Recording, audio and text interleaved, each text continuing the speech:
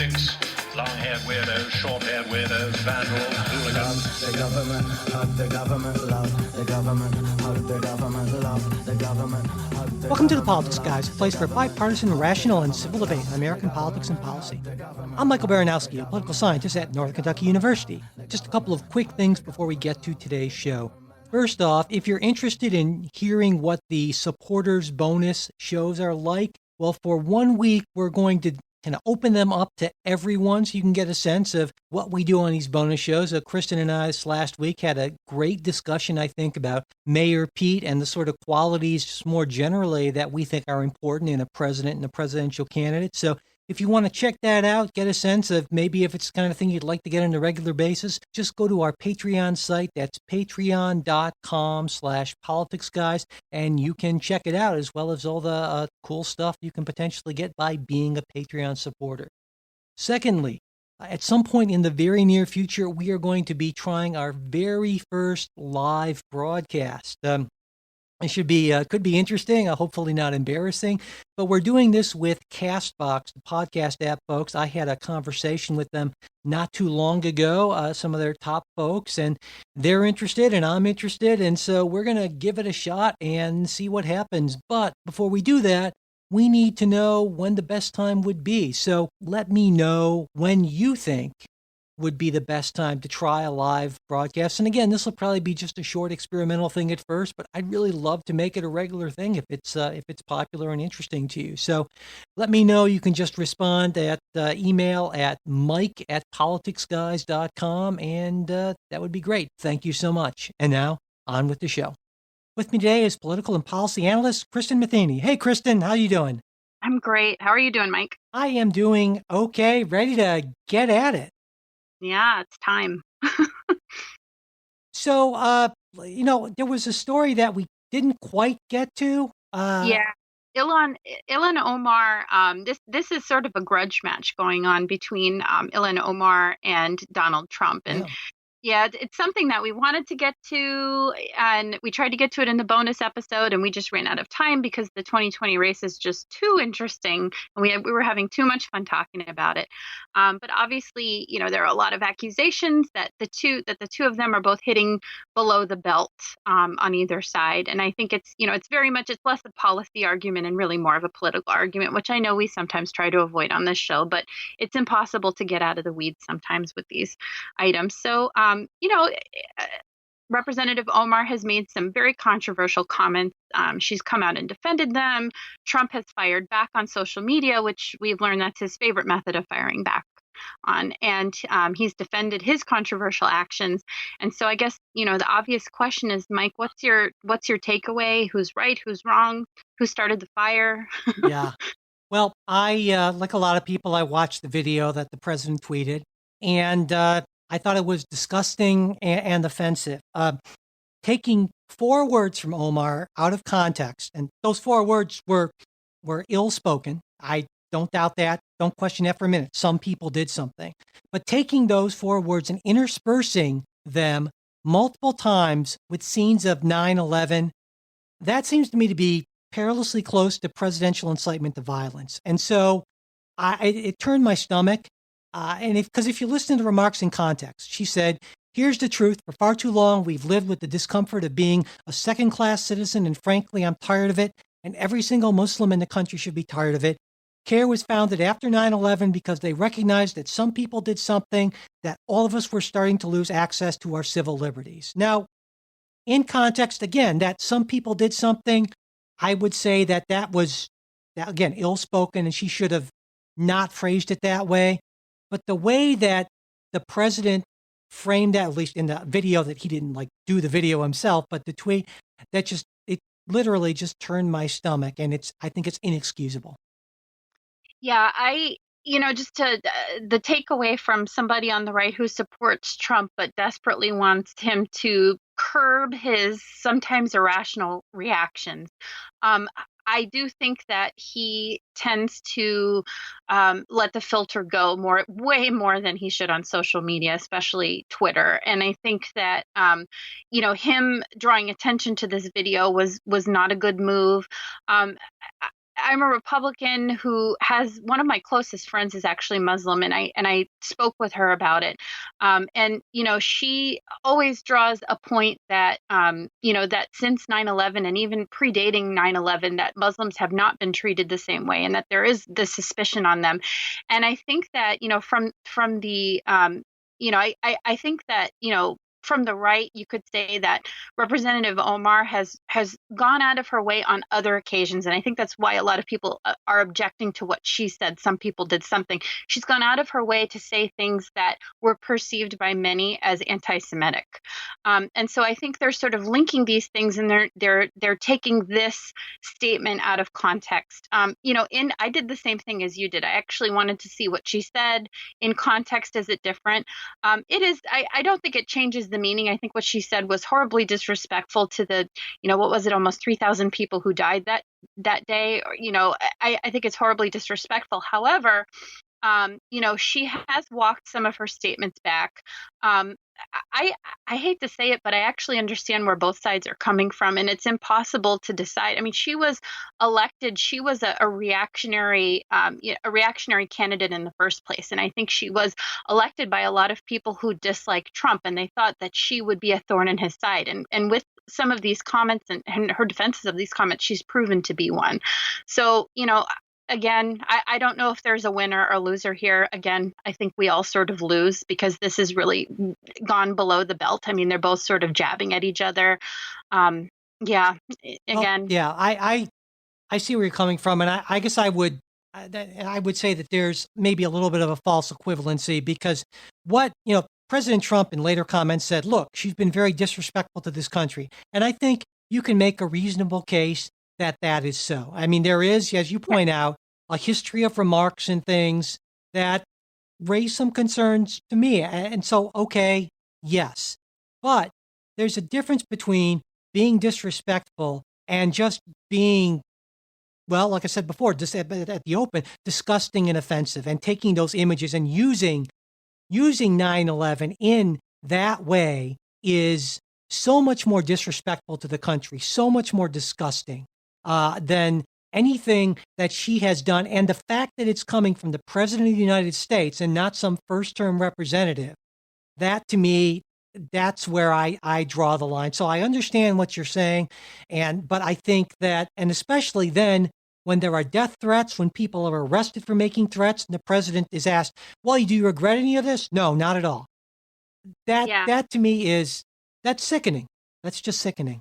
Yeah, I guess, I would characterize the video as offensive. I would characterize what he did as being extremely petty, which is probably one of my biggest, not my biggest, criticism of the president as somebody who voted for him in 2016 and will vote for him again in 2020. I think he's just, petty's not even the word to describe it. He's childish about some of these things, but, to post it and to not back down from it, I understand where he's coming from. I had friends who were personally affected, by 9/11. And again, I don't want to go back to that and make it a political issue. I think, anytime you invoke a horrific tragedy like that, it's the same thing as when people invoke Nazism or the Holocaust. It's the same thing. Don't use that for political gain.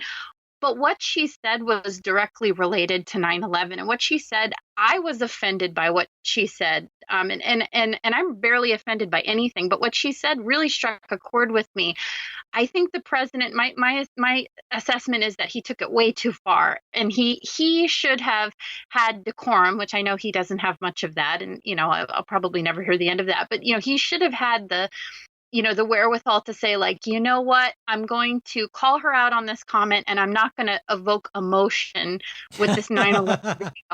But of course, we know that Trump doesn't operate on that wavelength. No. If it, again, if it was this, perfect world, not that I ever want to be president, but if I was, I definitely would have approached this a different way. But I was at my core very bothered by what she said. And I have been very bothered by some of the things she said. I'm married to a Jewish man. A lot of my friends are Jewish. And, it felt personal and offensive. However, Trump should not have done what he did. Yeah. No, and I get what you're saying. I think she raises some important points, but she raises them in a way that I think is oftentimes overly inflammatory and not in the end helpful. And that's my concern. And I think this is certainly an example of that, because the larger point in context, I absolutely agree with what she said.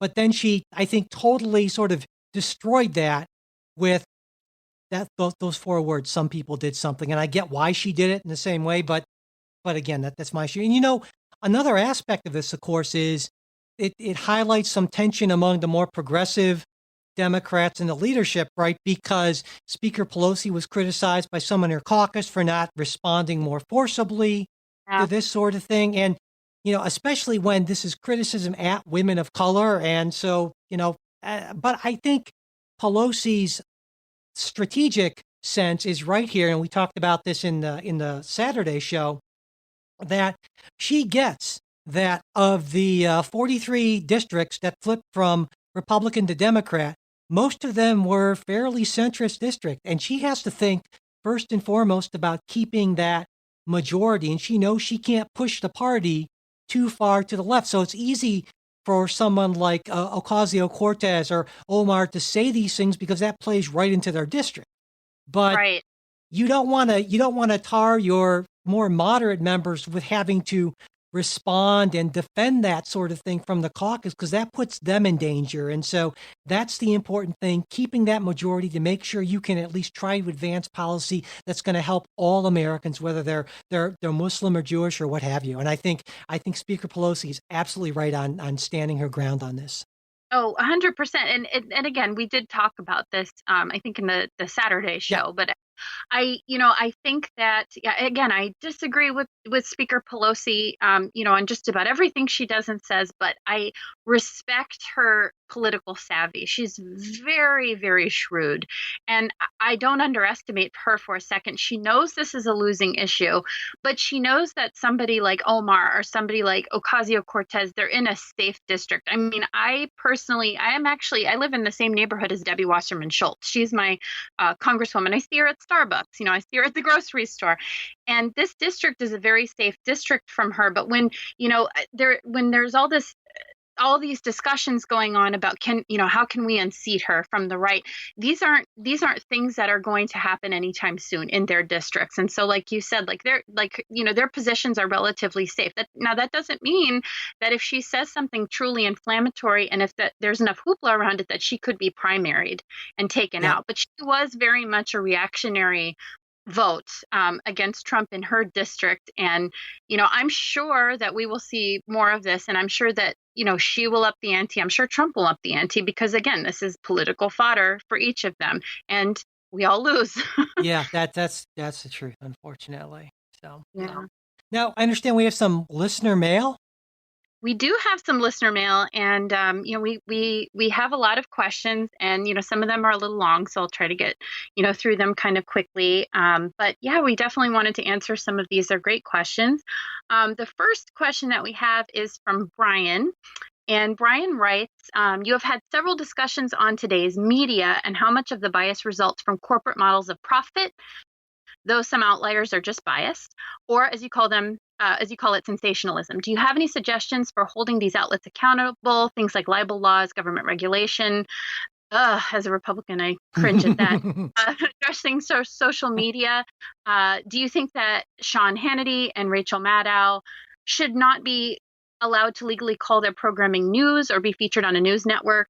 If you think action is warranted, which based on today, I assume this is the case, do you think that there should be enforceable higher standards for what public officials say on TV or social media in this day and age of Trump and perpetual dishonesty?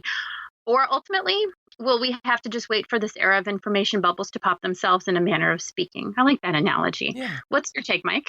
Well, on this, I think, Kristen, you and I are going to be in agreement, actually. Maybe even in complete agreement, because while I understand the desire to find a way to regulate this, I think that the cure would be worse than the disease in the long run. I just think there's no real viable way to do it. I think what Sean Hannity and increasingly what Rachel Maddow do and their ilk is awful in many ways. I think cable TV as a general rule is just a flaming cesspool of awfulness, but regulating it is not the answer. I think we have to get people, culture precedes, culture eats strategy from breakfast is an old business saying, but it kind of applies here, is that we need a cultural change. We need people to not want this stuff as much. And as long as people want it, they're going to find a way around it. They're going to find a way around whatever regulatory hurdle there is. And of course, there's the First Amendment. So I think from a practical standpoint, it would be difficult to do. And honestly, I don't think it would matter if over Sean Hannity you have a bright red flashing light saying Surgeon General has determined that this is dangerous to your health. People would still tune in because he's super entertaining and gets them worked up. Same thing for Rachel Maddow. So that's my take on that. What do you think, Kristen? Oh, I mean, not to sound like a total echo of what you just said. I completely agree. I obviously come from a little bit of a different background. I actually worked for a major cable news network for a long time, and one of my main job was doing all the social media for this network, but I also wrote a lot of the news. Yes, wrote a lot of the news. So, I'll let, the listeners obviously color that however they want to. But I mean, at the end of the day, these huge media conglomerates are selling a product. Whether or not you like it, you're buying right into it. And I can't tell you how many times I talk to people. I have a lot of friends on the left and a lot of friends on the right who say, well, I only watch CNN. I only watch MSNBC. I only watch Fox News. I only watch OAN. Every time I hear somebody say that, it makes me shudder, because this is where they're getting their news. People who get their news from the Daily Show or from Facebook. These are the people that we're talking to, and it is awful. It's abhorrent to some. I mean, in a lot of ways, it disturbs me like it disturbs you that we're able to call these people journalists, because they are a far cry from like the Walter Cronkites and the Peter Jennings and, the sort of these, people. And there are true journalists out there who present stories as, these like series of factual nuggets. And I really have a lot of respect for them. But I mean, they're becoming fewer and farther between. And I think it's just, you have to remember, as somebody who actually like worked in the sausage factory and helped make the sausage, I'm warning both people on the right and the left, like, this is a good opportunity for you to take a step back, look at what you're watching, and make the effort to try to change what you watch so that you can get a better and more full perspective. Because I mean, man, these pundits, we're seeing more and more of them, and I make a concerted effort. Sometimes I get sucked in, especially when I'm falling for confirmation bias, and I have to like reality check myself and say, not Sean Hannity, he's not my favorite, but I'll find myself watching these people, and I'll say to myself, like, I can't do this. This is opinion, this isn't fact. So, in terms of regulation, again, that pesky First Amendment, it can be your best friend and your worst enemy. It protects free speech. It's extraordinarily important. I'm a huge fan of free speech, but with something like this, I mean, you're treading too far into that regulatory zone. Yeah. I certainly agree with you on that. And I was particularly glad, given your experience, real world experience, that you were the one to be able to, that I was on the show to answer this question, because I do think that matters a lot. And, I think in a lot of ways, sometimes people assume that most of the people in media are just these sort of malevolent characters, essentially. But it seems to me that so much on the academic side, from what I've learned, is that so much of it is just, hey, we need to survive in this marketplace, and this is what the audience wants, and so we're giving this to them, essentially. And you're certainly not a malevolent character, and you were in the machine. You had to do what you had to do to pay the bills.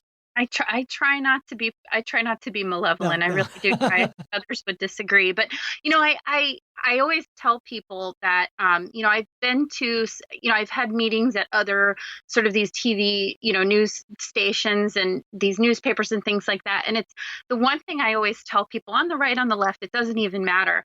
The thing to remember is when you walk into these media buildings, CNN, Fox, whatever, the sales department, the marketing department and sales departments are bigger than the broadcast departments. And that's such an important reminder. And people just sometimes kind of look at me and go, what do you mean? And I'm like, that should tell you everything that you need to know. They're selling a product. And, it's the same thing with social media. And, initially I was very, very glad that there was a push, especially on Facebook, because Twitter's my favorite platform, but it's just out of control. I mean, you hear a little bit of everything, but with Facebook, there was really this effort to make this push for transparency. And it's just kind of been met with a wall, and it's kind of gone nowhere. But it's interesting to have to tell people that and then let them wonder. And every now and then you see a little light bulb pop up over someone's head, like, what am I watching?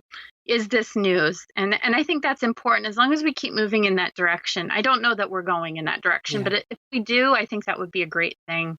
So yeah, I think we are in agreement. Let me ask you this. Maybe this is something we'll disagree on a little bit. I don't know. But this semester, actually, I'm teaching a media politics course. And one of the things that was brought up in the text I use, and that a lot of the students really found interesting, was this distinction between how the U.S. does things and how most of the other OECD countries, the big, rich, developed countries, do things. And most of these countries, they have what's called some call a mixed model, meaning that there's the private market-based sort of things like we have in the United States, but there's also a lot more support for what you might call a public option, a much more well-funded government broadcasting agency, combined with greater regulation. The BBC, obviously, in the UK is the example that comes to mind. And there's been a lot of academic work that's found that the quality of the news oftentimes is better, and actually the extent of public understanding and knowledge is better. Now there's a question of correlation, causation there, but a lot of the students now, this is toward the end of the semester, when I asked them about, well, what do you think we should do to if we can fix our pretty awful media politics system, which everyone seems to be agreed is awful, a lot of them are saying in their exams, which I haven't yet finished grading yet, so if you're listening, I'm working on it, guys, is that we really should adopt more of a European mixed model sort of thing. They'd like to see much more support for like a BBC type option for the United States. I think it's an intriguing idea. I was wondering what you thought about that. I think my only question, and it popped up in my head immediately when you mentioned this, because I've heard this argument before. My first question would be, would the news sway in the current of whoever was in political power? Sure. I think that's the danger that you run into. Do I think it's necessarily a terrible idea? No. I'm very familiar with the BBC. They're a relatively reliable source, but they're, of course the CBC in Canada is very similar.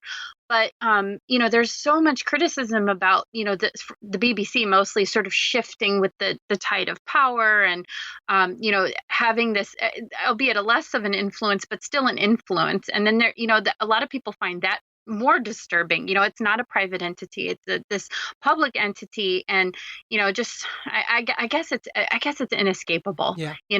But I mean, I think it's worth pursuing and talking about. I don't know that it's worth jumping right into. Right. Well, and we certainly have some models we could look at, which is helpful, and that's why I don't like an entirely market sort of protected sort of thing, entirely public, and the mix of having the regular traditional outlets and that option. I think if it's done right, it certainly can lead to much better coverage. I don't see that happening politically, but I certainly think it would be worth pursuing. It'd be something I would be definitely in favor of. And one other thing before we move on to another question is the last part of Brian's question. He says, ultimately, will we just have to wait for this era of information bubbles to pop themselves? And to me, there's obviously a very optimistic assumption embedded in that, right? Yeah. That it will. And honestly, it seems to me, if anything, we're getting much better at putting ourselves in these bubbles. And of course, here on the show, we do our best to try to pull people out of those bubbles. And there are other little attempts. But if you look at the things that are attracting hundreds of thousands and millions of viewers, it's not, hey, let's go and be bipartisan and listen to people civilly talking about conflicting views. It's, hey, give me red meat from my side. And I think we're getting, Google and Facebook and, Twitter and all those places are getting better at giving us more of that. I don't see that changing because the underlying market imperatives aren't changing. No, I do agree with that completely. I was going to say Brian is a lot more optimistic than I am about that, and the fact that we have algorithms that can sort of manage your expectations and bend to your politics is I find that all so disturbing. I did back when doing the Policy Scout when I had more time. I tried to explore that as much as I could, and I tried to get out of my comfort zone with that, and ultimately by getting out of my comfort zone I became extremely uncomfortable with how much these corporations know, and what exactly is the feedback. I know when I worked at my previous employer, the amount that you could micro target people politically was astounding to me. I mean, the information overload is astounding. Yeah. And who's getting this information? So I mean, these are all conversations we need to have. I guess I'm a little more pessimistic than Brian, like you are, but Yeah. I Well, think we answered that question. we're doing what we can here on the Politics Guys, and certainly I think it would help greatly if we had a few million listeners. Certainly would help us greatly, but it would be good for the country too. I believe that, honestly. There's actually, Kristen, a question specifically for you, and I was thinking, since it is specifically for you, and I don't know when we'll get a chance to do a listener mail show again, maybe I could read that question and you could respond to it, if that would be okay. Okay. Yeah, it was a great question. Go ahead. Okay, so it's Wilmer has a question for you, Kristen. It's about regulation. He writes, Kristen, since you're a Republican, yeah, I knew you'd like that. I would like to know your opinion about capitalism and regulation. Now, in his comment, Wilmer cites a number of instances in which the lack of regulation has cost lives, and he points out that in many cases, these instances involve successful companies that aren't at all struggling, but they fail to take adequate precautions for the safety of their workers or, the general public. So then he ends by asking, so how do you draw that line, Kristen, when it comes to safety regulations? This is such a tough question for anybody who's on the right and also a bit wonky when it comes to policy. This is such a tough issue, and I don't know that Wilmer's going to like my answer, but it's the answer that I come back to because I think it's the most honest answer I can give, and that's that this issue is very, very, very murky, and that I take a very murky approach, and then I think it should be case by case. I read Governing a lot, and I would encourage anybody who doesn't read Governing online. It's fabulous, and they do a lot of articles, sort of very wonky, sometimes clunky policy articles, but very enlightening nonetheless about government regulation and sort of the political implications of it. A lot of times they talk about things that I don't think about much, like food regulation and things like that. Very interesting issues, but I was. When I saw this question, I thought about something I read in Governing, and it was recently, and I should have pulled the article. I didn't pull the article, but it was about the closure of a nuclear plant. I don't even remember where it was, somewhere in the Northeast, I think. And, it unpacked this issue from a political standpoint. And once you sort of sifted through this name calling and the accusations on either side, it was very much, Democrats had put up this measure to close this nuclear power plant. Republicans were, opposing it. And I was very curious about it. Like what exactly is happening here? This can't just be political. And I hate to say it, but that's exactly what it was. It became very clear to me that the Democratic lawmakers were sort of building this plant up to be something very, very harmful. And there was agreement that they were portraying it to be more harmful than it actually was. And then on the same token, likely they were trying to make a political point, and Republicans were doing the same thing. They were standing in their way, like just to stand in their way. And it was purely political. And I think that the takeaway is that this sort of thing over regulation happens a lot more than we think because we have this polarized society. And I think I really think that when it comes to regulation, we have to look at things case by case. A lot of regulation is motivated. I think a lot of times regulation is motivated by something very positive. Like, you obviously, Mike brought up, safety measures. Like, in the last show, we talked about what was going on with Boeing, for example. And I think a lot of times it's motivated by positive. I mean, I think you could call them like common good type reasons, something even altruistic. But I also think a lot of it is motivated by efforts to try to grab tax dollars, seize power. A lot of times it's just politically motivated. I think, again, that happens a lot more than it should. And from the right, I sort of look at it like there's sometimes the government takes a notion that they know more than us, and so again, that's an effort to seize power. So again, Wilmer, I don't know if you're going to like this answer because it's murky, but it's honest. As part of my public administration grad program, this is kind of the conclusion I came to. And I had a hardline view on some things, and this is one of those things I just don't have a hardline view on. I think it's case by case. I think it's impossible to draw a clear line and say, well, if the regulation is for this purpose, yes, but it's for this purpose, no. I think that's difficult, especially this day and age.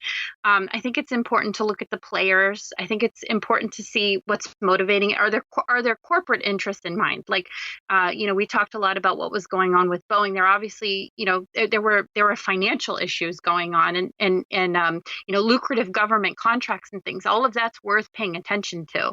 But a lot of times these judges, when they try to set precedent, they make these really vague rulings, and they try to give judges, in lower courts some discretion. So I think, again, I think it's case by case. If it goes to court, it's worth it for the judge to look at things impartially and try to rule accordingly. So that's my best murky answer, but it's honest. That's all I can, Mike. Well, in a way, I agree with you that it usually does have to be sort of a case by case thing. But I do think that there are at least two general principles that one can employ in making these decisions. And those would be, number one, the intensity of the potential harm, or actually three, the intensity of the potential harm, the likelihood of the potential of any harm happening, and then the magnitude. So for instance, in a case where there's a good likelihood that planes are going to fall out of the sky and kill hundreds of people, that's maybe a case where you need to have a little heavier regulatory hand. But in a case where there's a very unlikely possibility of a harm that wouldn't kill anyone, well, that's maybe a little less regulation. So I think that's the general sort of thing. Now, obviously, there are going to be differences between Democrats and Republicans. I tend to err on the side of more regulation just to be safe. You would tend to err on the side, I would guess, of less. But I think those are reasonable principles that both Democrats and Republicans can agree on, at least. Yeah, I failed to mention it, and I actually jotted this down as a note, but it's funny that you mentioned it, likelihood and magnitude. Just how many people would be affected by it and whether or not people actually would be affected by it. And I think this is something that, I think, again, I think Democrats, like you said, tend to be a little more heavy handed with it. I think Republicans tend to be a little reluctant to jump on board with a regulation. But I think the most reasonable approach is to go case by case and to assess it on this sort of like finite on these finite rules. And I don't think there's a clear line. I know that that's what people like. People, when it comes to politics, and I was like this for many, many years, before I approached it from an academic standpoint. We like black and white. We like, yes, this, no, this. I have two young sons, and that's the way that they think. That's the way we think. And I think when you really delve into these issues, especially things like regulation, it just gets so gray. Yeah. And it's best to sort of err on the side of caution and say, let's do this case by case. And I think most, especially Supreme Court justices, have the same, I guess, take on it too, which is why they allow for so much discretion. Yeah, no, that makes sense to me. Absolutely. So I think we have time for maybe one last question. Didn't we have a question about Trump in a second term or something? That was my favorite question, and I wanted to ask you this question. So this is from Don, and Don writes, hopefully not Donald Trump, a different Don. It doesn't sound like he's a big fan. Yes, no. So I would love to hear your prophetic utterances.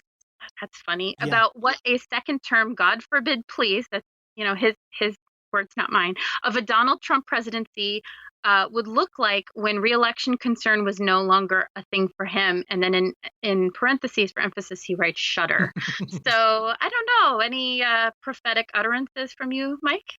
I honestly don't think it would look that much different because I think Donald Trump, more than any other president in my lifetime, doesn't really think about, though. Well, he thinks about reelection, certainly, but I don't think not thinking about reelection would change his approach a whole lot. He has his base. I think what motivates Donald Trump is a deep desire to be loved and adored by a group of people.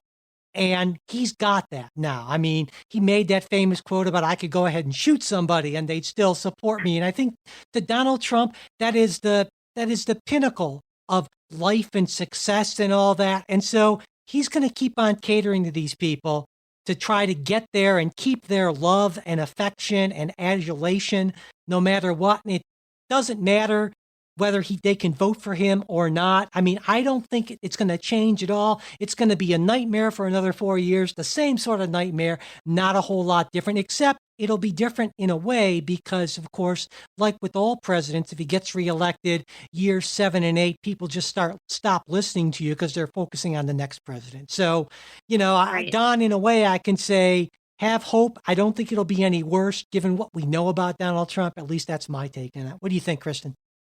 Right. Well, I think on the same, along the same vein, when you say that, he's got nothing to lose, he could shoot. So, he made that crazy comment about, he could shoot somebody and he would still be supported by his supporters. I think on the same foot, the man could cure a horrific disease and there would still be people who hated him. I think that sentiment goes both ways. I just don't see the ticker moving very much. Like you said, I think that, in there's presidents who are elected to a second term and the one that comes to mind obviously is Obama, but they're very concerned about their legacy. And so that's why, most presidents, outgoing presidents will, campaign pretty fervently for whoever their favored candidate is or the candidate from their party, even if they don't necessarily like them. And that's something that Donald Trump is going to be even more concerned with in a second term.